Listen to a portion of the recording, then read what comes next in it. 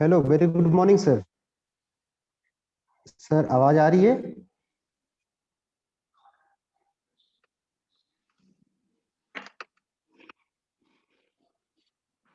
Hello, very good morning sir. Hello, आवाज आ रही है सर?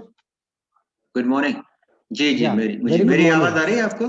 Good morning sir. सब वेरी गुड मॉर्निंग। जी जी जी बिल्कुल आ रही है। जी या जी जी। sir, my name is Dr. Deepak and currently I'm heading this Institute of Agriculture Sciences at Sage University Indore.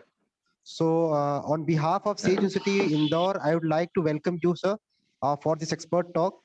I know that it was very much delayed and काफी सारी extensions हुए and I really apologize for that one.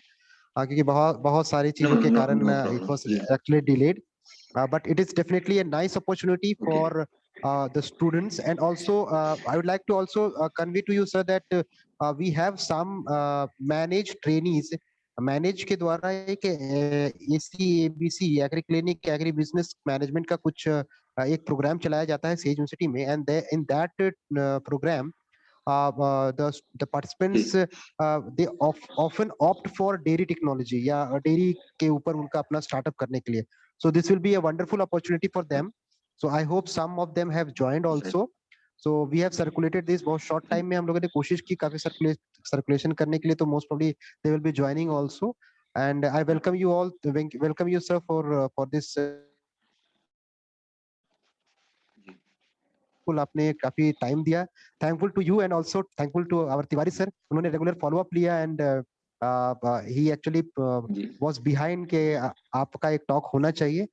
We'll also like to invite you ji sometime in very recent duration कि आप यहाँ पे physically भी आए. But that will be also wonderful for particularly जी। for the managed trainees. And thank you sir, and please go ahead with the presentation. Thank you so much. Okay, so shall we start? uh, are you getting my voice Yes, clearly? you can start. Yeah, I am getting your voice. आप start कर सकते हैं. I think जी जी। sharing rights.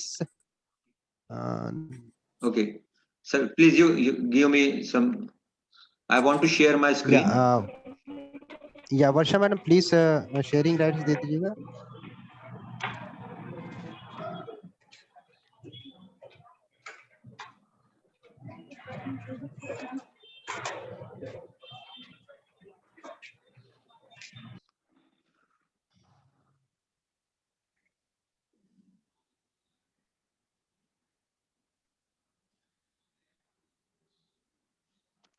Hello Varsha madam. Yes, sir. Sharing rights दे दीजिएगा please You can share, sir sir. को. Okay, sir, you can share the screen. Okay, so is it visible? My screen is visible? Yes, sir. It's coming. It's coming.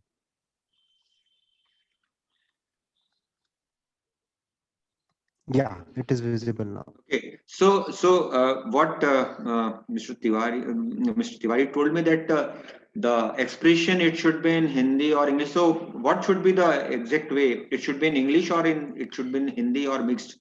Sir चलेगा, ये हिंदी में भी चलेगा, कोई issue नहीं है, इंग्लिश में भी No, चलेगा. but Hindi. because I have both of the this PowerPoint presentation in English as well as in Hindi. But what he suggested me, आप most of the students, they normally they are from Hindi background. So it's up to you, Sinha sir. बिल्कुल What sir, should आप be Hindi the? में या हिंदी में चले जाइए sir, best रहेगा. सो they can Okay, मुझे तो क्योंकि थोड़ी कभी मेन है तकलीफ। कन्वे करना द राइट थिंग, कोई इशू. जी जी। हाँ, नहीं, मुझे कभी ऐसी तकलीफ आई तो मैं अंग्रेजी में आ जाऊंगा, कई बार कुछ हिंदी के टर्म्स नहीं मिल पाते हैं, या तो मुझे थोड़ी सी परमिशन दीजिए कि जी मैं जी इंग्लिश बिल्कुल में भी बोल बिल्कुल. पाऊँ।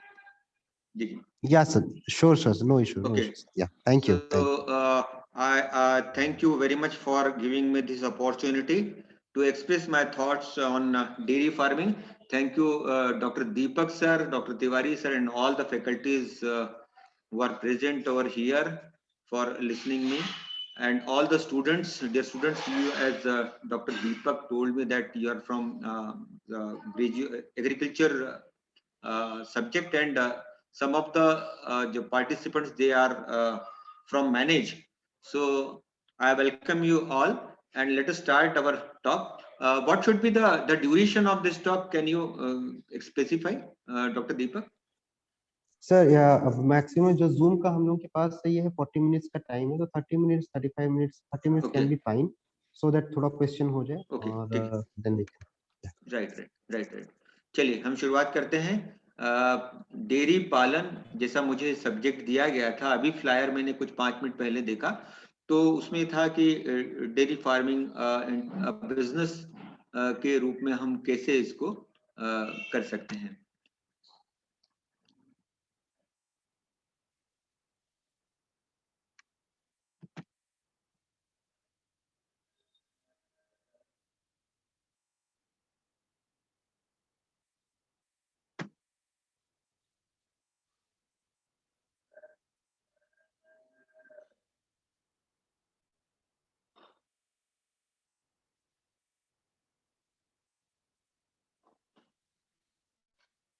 हाँ, अब ये मेरी शायद फुल स्क्रीन पे आ गई होगी।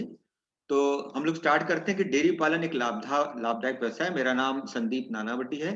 मैं प्रोफेसर और हेड प्राध्यापक और विभागीय प्रमुख हूँ पशु चिकित्सा विज्ञान और पशुपालन महाविद्यालय में, जो हम लोगों की यूनिवर्सिटी होती है नानाजी देशमुख पशु चिकित्सा विज्ञान विश्वविद्यालय। और मैं फिलहाल में पशु उत्पादन एवं प्रबंध विभाग का कामकाज देखता हूँ। मैं उसका हेड ऑफ द डिपार्टमेंट हूँ। आइए हम बात करते हैं पिछले कई सालों से, कई वर्षों से खासतौर से नविकों का एक बड़ा तबका डेयरी फार्म की तरफ आकृष्ट हुआ है।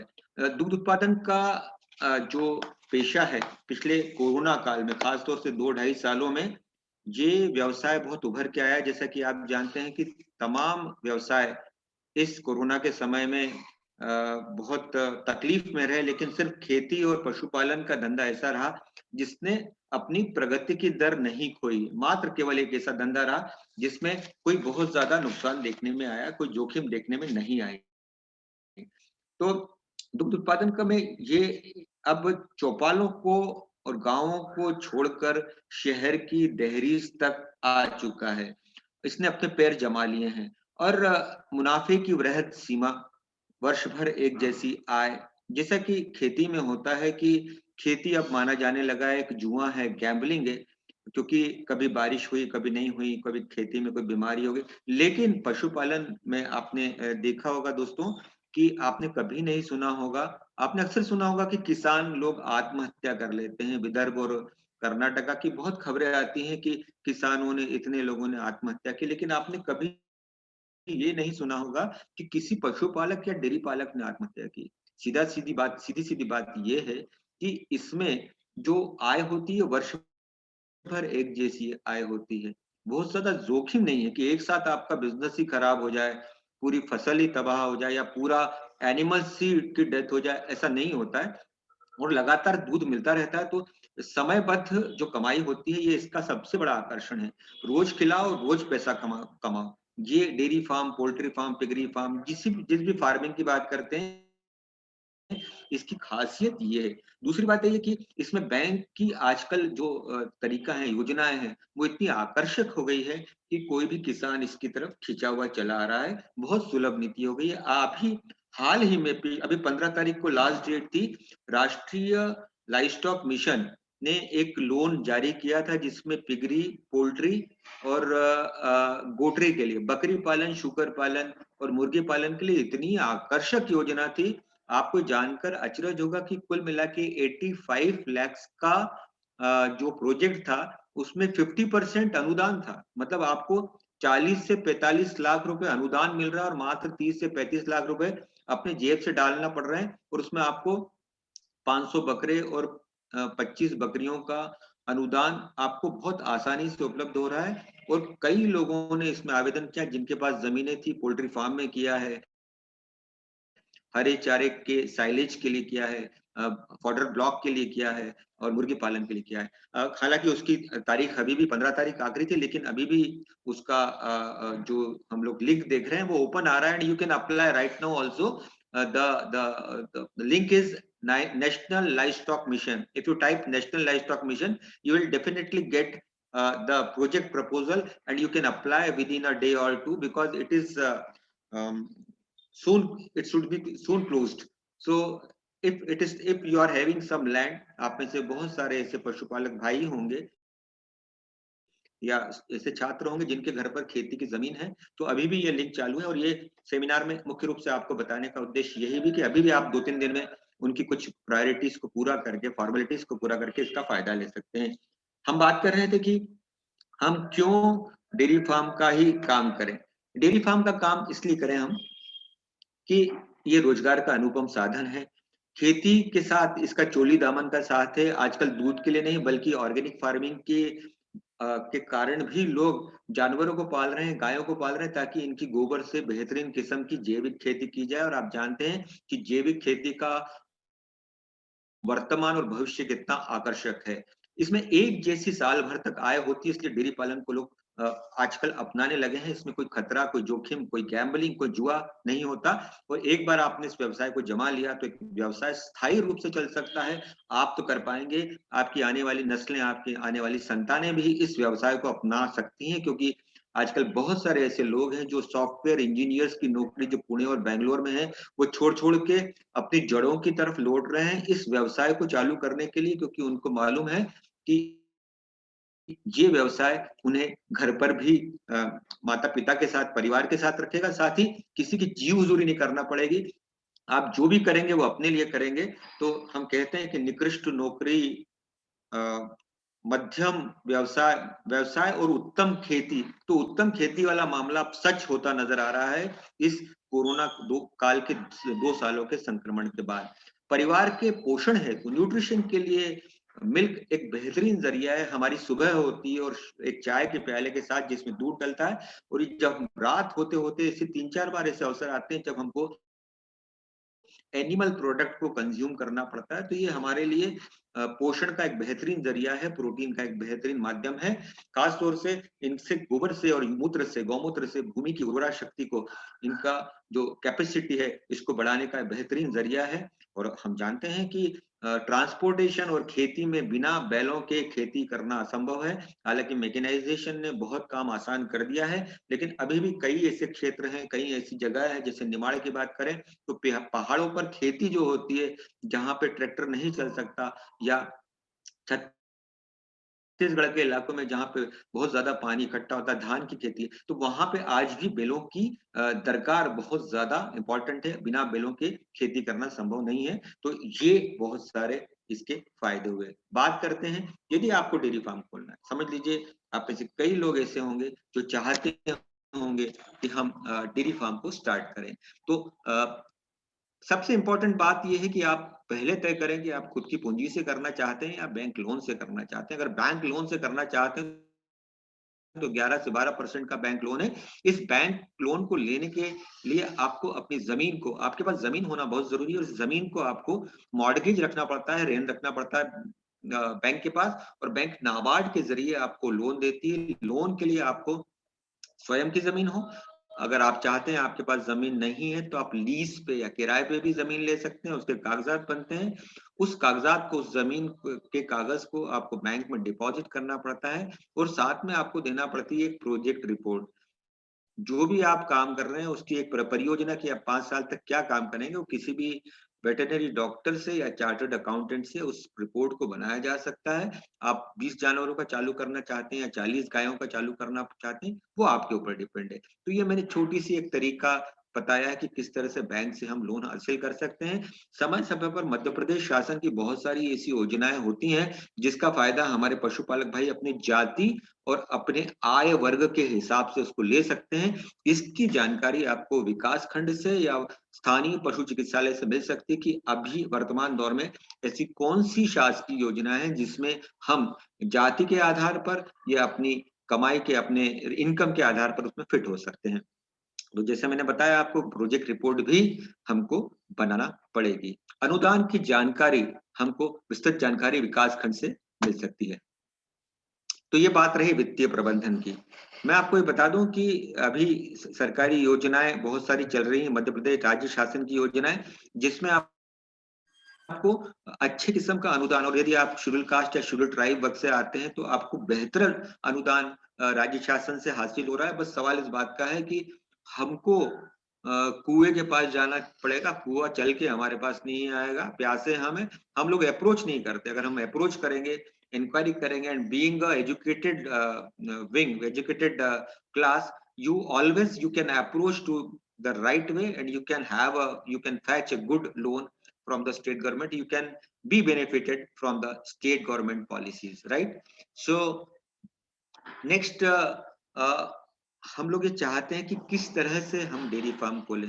तो दोस्तों, हम गायों का या दूध उत्पादन का बिजनेस दो तरीके से कर सकते हैं। हम या तो सिर्फ गाय पाल लें, या सिर्फ भैंस पालें, या फिर गाय और भैंस दोनों पाल लें। अगर हमको गाय पालना है तो फिर हमारे पास दो ऑप्शन है। देशी गाय पालें, जो हमारी गिर, साहिवाल और इस तरह की गाय है वो पालें, या फिर हम क्रॉस ब्रीड मतलब संकर नस्ल की गायें पाले, जैसे हम जर्सी और हॉल्स्टीन फ्रीजियन के नाम से जानते हैं। तो गायों में भी दो तरीके हैं पालने के, देशी गायों का दूध जो डेयरी फार्म पाले, या विदेशी गायों का। अब आप हमसे पूछेंगे कि देशी गायों का दूध तो इतना ज्यादा होता नहीं है, तो फिर ये फायदेमंद कैसे? फायदेमंद ऐसे है कि आजकल ब्रांडिंग का पैटर्न है। आप कोई भी चीज अपनी प्रोडक्ट बनाते हैं तो उसमें वैल्यू एडिशन करना पड़ता है, क्योंकि 60-70 लोग अगर दूध का काम कर रहे हैं, लेकिन आपके दूध में कोई क्वालिटी है, तो मार्केट उसको हाथों हाथ ले लेगा। क्योंकि आप मार्केटिंग के छात्र हैं, मैनेज में भी काम में पढ़ रहे हैं, तो आपको ये पता होगा कि बिजनेस का एक रूल है कि यदि आपके प्रोडक्ट में वैल्यू एडिशन है, दूसरे प्रोडक्ट से आपका प्रोडक्ट अलग है, तो उसको बेचने में आसानी होगी, उसको लोग हाथों हाथ लेंगे। मैं बोल रहा हूँ गाय का, देशी गाय का दूध आजकल A2 मिल्क के नाम से जाना जाता है, जिसमें मुझे लगता है आप सब लोग इस बारे में वाकिफ होंगे। दो तरह के दूध होते हैं, A1 मिल्क और A2 मिल्क। जो जर्सी और हॉल्स्टीन फ्रीजियन का दूध है वो A1 कहलाता है, और जो इंडिजिनस काउज है जैसे गिर, साहिवाल, निमाड़ी, मालवी, जितनी भी देशी गाय हैं, उनका दूध कहलाता है A2। और ये माना जाता है कि A2 गाय की दूध की खासियत यह है कि इसमें कई तरह से बीमारियों से लड़ने की क्षमता होती है, इसमें इसकी क्वालिटी बढ़िया होती है, प्रतिरोधक क्षमता ज्यादा होती है, और स्वास्थ्य के लिए बेहतरीन होता है देशी गाय का दूध। हालांकि इस तरह का शोध अभी फाइनली हमारे सामने नहीं आया है, लेकिन वैज्ञानिकों का एक बहुत बड़ा तबका देशी गायों का हिमायती है। और जैसा हमारे आदरणीय प्रधानमंत्री श्री नरेंद्र मोदी जी भी स्वदेशी आंदोलन की और आत्मनिर्भरता की जो समर्थन करते हैं, बात करते हैं, उसमें देशी गायों को बहुत ज्यादा इम्पोर्टेंस दिया गया है। तो आप देशी गायों का भी काम कर सकते हैं, क्योंकि इसके गाय का दूध अगर बॉटल में पैक करके या सील करके देते हैं तो आप विश्वास नहीं करेंगे कि 80 रुपए लीटर बिकता है देशी गाय का, गिर का A2 मिल्क। और अगर आप क्रॉसब्रीड नस्ल की गाय का दूध बेचने जाएंगे तो फेट के आधार पर बेचेंगे तो मात्र आपको 25 से 26 रुपए लीटर ही ये गाय का दूध जाएगा, क्योंकि वो फैट के आधार पर बिकेगा। और चूंकि संकर नस्ल का है तो उसके भाव कम मिलेंगे। देशी गायों का दूध ज्यादा अच्छे से बिकता है, उसमें फेट का कोई भी रोल नहीं है। पर हाँ, एक बात है कि देशी गायों का फैट थोड़ा ज्यादा होता है। जैसे अपन गिर, साहिवाल की बात करें तो वो 4.4% या 5% तक आ जाता है। लेकिन जो विदेशी गाय हैं, जो संकर नस्ल की गाय, जिनके फोटो मैं आपको बताऊंगा, हॉल्स्टीन फ्रीजियन या जर्सी, उसका फैट मात्र 3.5% होता है। फैट और दूध का वॉल्यूम, इनमें इनवर्सली कोरिलेशन है, यानी फैट बढ़ेगा तो दूध की मात्रा कम होगी, और दूध की मात्रा बढ़ेगी तो फैट अपने आप कम हो जाएगा। जैसे भैंसों का फैट परसेंटेज बहुत थिक होता है, मतलब दूध मोटा होता है, तो उसका 7 से 8% भैंस का दूध का फैट होता है, लेकिन उसमें उसका वॉल्यूम कम हो जाता है, तो 8 से 9 लीटर या 10 लीटर। वहीं अगर हॉल्स्टीन फ्रीजियन की बात करते हैं तो इसका फैट तो होता है 3.5 या 4%, लेकिन दूध की मात्रा 15 से 20 लीटर हो जाती है। तो क्या मेरी बात आपको, डॉक्टर दीपक, मैं आपसे बता रहा हूँ कि मेरी बात समझ में आ रही होगी सबको? दीपक सर, नहीं। हेलो, मुझे थोड़ा सा आपसे श्रोताओं से चाहिए कि मेरी बात समझ में आ रही है आपको, क्या स्पीड ज्यादा है कुछ? यस कोई भी सर, एक बता दीजिए। ठीक है, ठीक है, ठीक है, क्योंकि मुझे रिस्पांस समझ में आना चाहिए, इसलिए मैंने आपसे पूछा। यस अगर सर, कोई कंटिन्यू। आपको कहीं भी कोई तकलीफ आ रही है तो तुरंत माइक ऑन। सर, फुल ठीक मोड। बात है। तो हम लोग जी जी, गाय या भैंस दोनों पाली जाना चाहिए मेरे हिसाब से।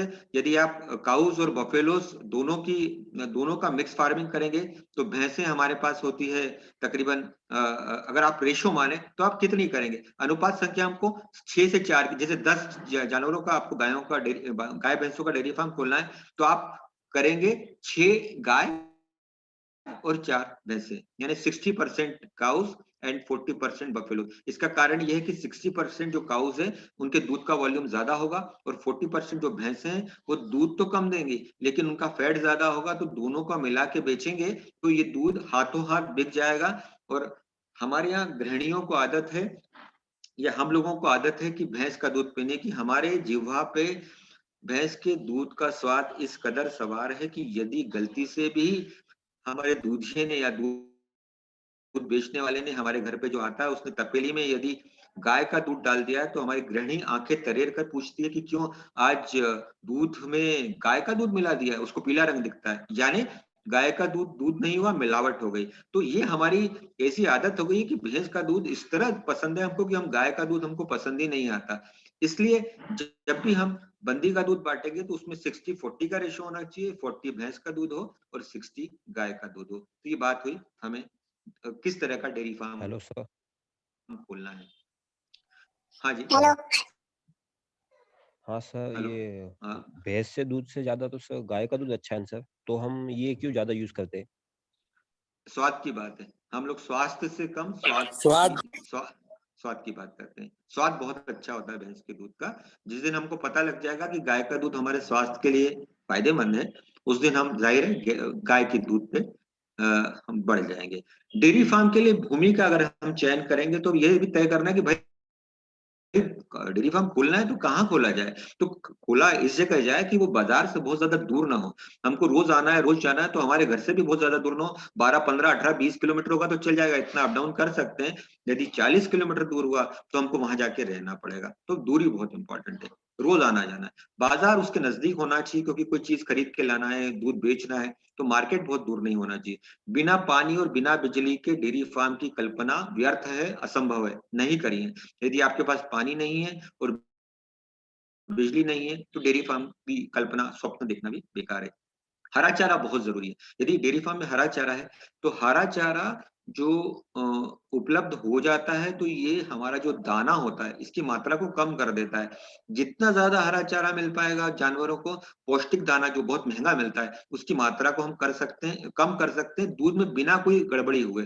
तो हरा चारा हमारे लिए बहुत अच्छा है, मिलता सस्ता है, लेकिन अगर गाय भैंसों को दे दिया जाए तो वो महंगे दाने की ये भाव को, महंगे दाने के खर्च को कम करता है। चिकित्सा सुविधा लाजमी है कि चिकित्सा सुविधा आसपास होना चाहिए। कभी हमारा जानवर गाय भैंस बीमार हो गए तो हम डॉक्टर को ढूंढने में ही अपना समय लगा देंगे, इसलिए हमारे मोबाइल फोन पे डॉक्टर का नंबर होना चाहिए और वो नजदीकी हो और आधे 1 घंटे 1 डेढ़ घंटे में अपने आप पहुंच जाए। ये भी आपको देखना जरूरी है। आपका डेयरी फार्म इस जगह हो जहाँ पे ज्यादा जल जमा नहीं हो रहा है, क्योंकि आप हो रहा हो, क्योंकि आप जानते हैं कि जल को ज्यादा जमा हो जाएगा तो बहुत सारे कीटाणुओं और रोगाणुओं को पनपने का एक बेहतरीन माध्यम होगा। इस तरह से आप देख सकते हैं कि डेयरी फार्म हम किस किस तरह से भूमि का हम चयन करें।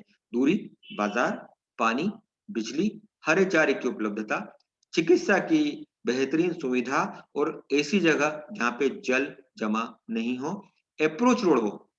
ऐसा नहीं हो कि हमने कहीं ऐसी जगह खोल दिया कि जहाँ पे बारिश में डेयरी फार्म बाजार से कट जाता है, तो हम लोग अपना दूध कैसे ले जाएंगे। दूध इतना पेरिशेबल आइटम है कि तुरंत खराब हो जाता है। तो आपको अप्रोच रोड होना बहुत जरूरी है। ऐसा नहीं कि बारिश में आपकी जगह कट जाए। और पिछले 10 सालों में 2 चीजों के बहुत दाम बढ़े हैं, जमीनों के और कमीनों के। तो हम जानते हैं कि ये 2 चीजें बहुत महंगी हुई हैं पिछले 10 सालों में। तो महंगी जमीन भी बहुत इंपॉर्टेंट है। अगर आप दूर जाके लेंगे तो आपको जमीन सस्ती मिलेगी और अगर आपने पास में लिया तो जमीन महंगी मिलेगी। तो ये आपके पॉकेट, आपके बटुए पर निर्भर करता है कि जमीन आप कहाँ खरीदते हैं। हरा चारा और पानी, जैसा मैंने बताया कि ये दो बहुत इंपॉर्टेंट चीजें हैं जिसके बिना हम बिल्कुल भी कल्पना नहीं कर सकते डेयरी फार्म की। भारतीय नस्लें कौन कौन सी होती हैं? भारत में जो नस्लें होती हैं 2 तरह की होती हैं। एक तो होती है दुधारू नस्लें जो सिर्फ दूध ही देना मतलब उनका ऑब्जेक्टिव है जो दूध के लिए पाली जाती हैं, जिसमें 4 नस्लें हैं, गिर, साहिवाल, रेड सिंधी और देवनी।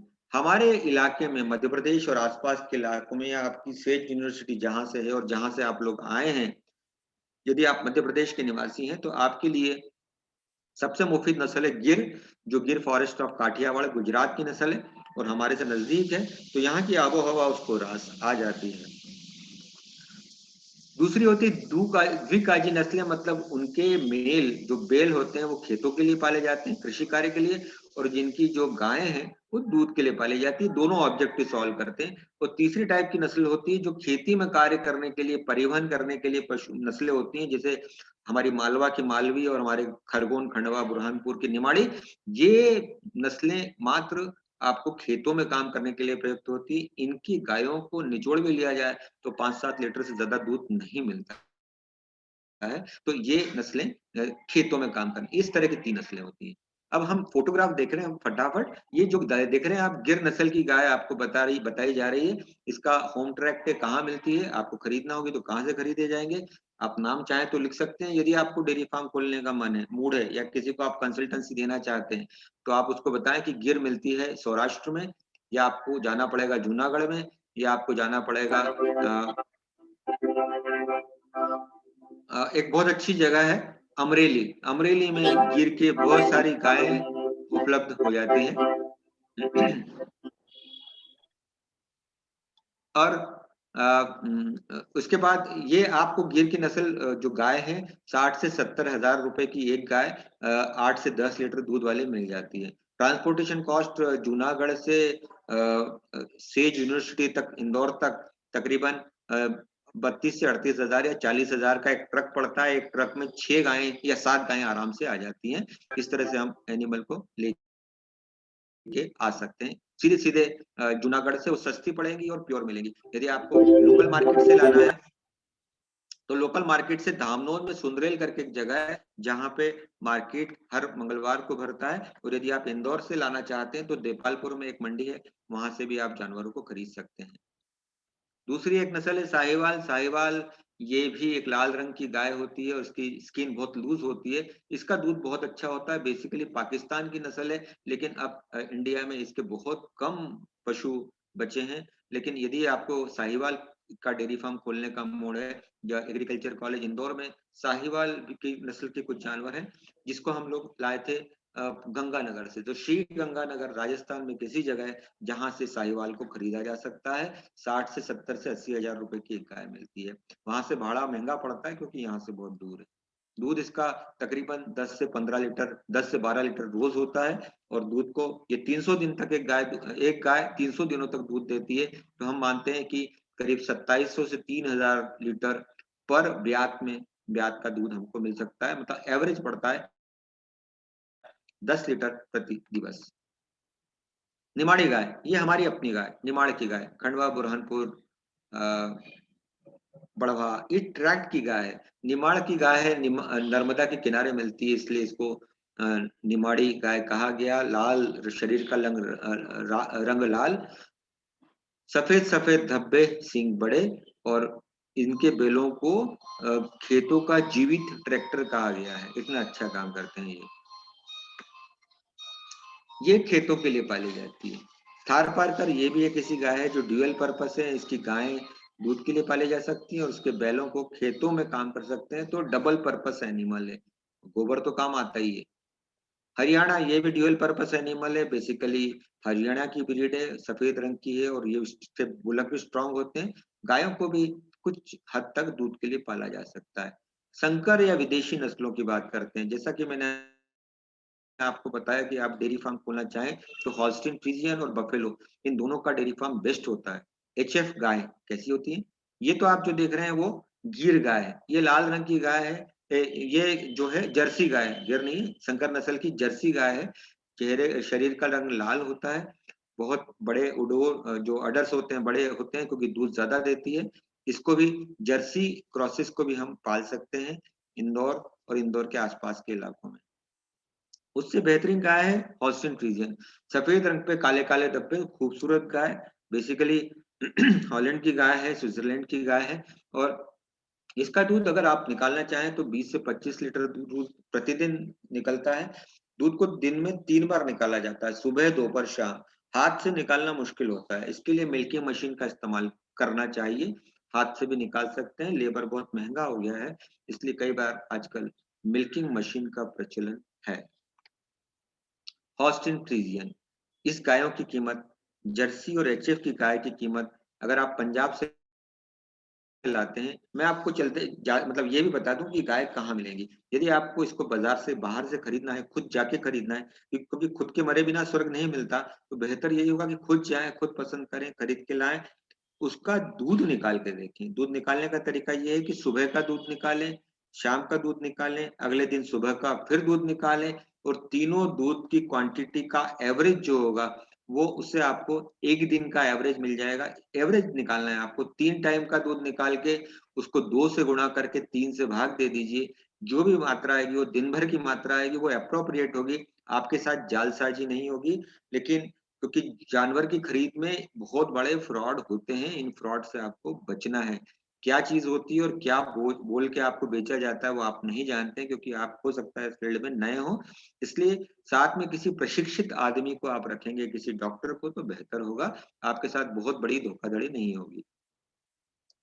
इन गायों को खरीदने का तरीका यही है कि आप इसको हरियाणा में जा सकते हैं, करनाल, सरहिंद, जिंद, ये 3 जगह ऐसी है जहां पे आपको अच्छी संकर नस्ल की एचएफ गाय मिलती है।